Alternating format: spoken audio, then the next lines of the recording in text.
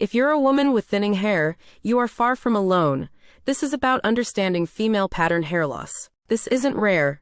It affects nearly half of all women, about 30 million in the US, in their lifetime. Its impact is immense, with studies showing a profound negative effect on daily life and self-esteem. Worse, many women feel their concerns are dismissed, getting less support than their male counterparts. We'll break down what FPHL is, its hidden causes, and the real science behind effective treatments. So what is it? First, FPHL is not male pattern baldness. It's diffuse thinning, often at the part, not a receding hairline. The early signs are subtle and often missed. For many, the first clue isn't a bald spot, but a widening part line. Another telltale sign is a shrinking ponytail.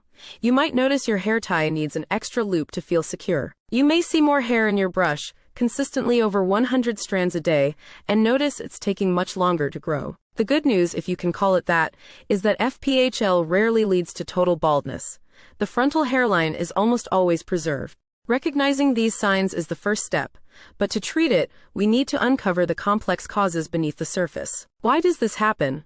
Hormones are a major factor, but it's not simple. Declining estrogen amplifies the effect of androgens on hair follicles. This is why conditions that disrupt hormones, like PCOS or thyroid disorders, are often linked to FPHL. It's about total system balance. But it's not just hormones. Your body needs building blocks. Deficiencies in iron, zinc, and vitamin D can directly contribute to thinning. Then there's stress. Chronic stress elevates cortisol, which can push follicles prematurely into the shedding phase, worsening the condition. And surprisingly, even certain medications, like some birth control pills, can paradoxically trigger shedding in susceptible individuals. With all these triggers, hormones, stress, nutrition, what is actually happening to the hair follicle? Are they dying off for good? The answer is no, and this is the single most important thing to know. The hair follicles in affected areas are not dead. They are still alive. They've just gone through miniaturization. They shrink, and instead of a thick hair, they produce a much finer, shorter, almost invisible one. But because they're alive, it means they can be reactivated. Regrowth is possible with the right treatments. This is not a lost cause.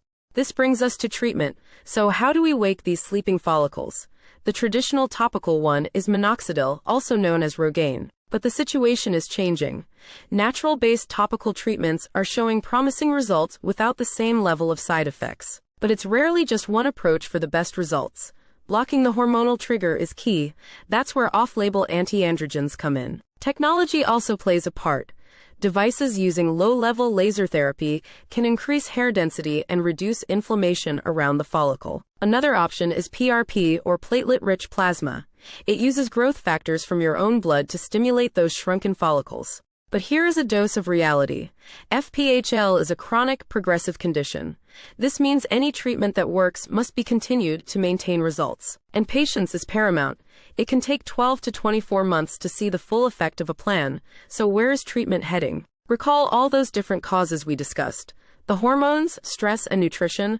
The problem is multifaceted, so the solution must be too. Think of it this way. One treatment blocks hormones, another stimulates the follicle directly. You're supporting that living but shrunken follicle. The future is focused on more plant and mineral-based derivatives. Caffeine, biotin, and castor oil all help repair and thicken hair. Beyond that, researchers are looking at everything from stem cell therapies to regrowing new follicles in a lab. The science is moving fast. So let's bring it all together.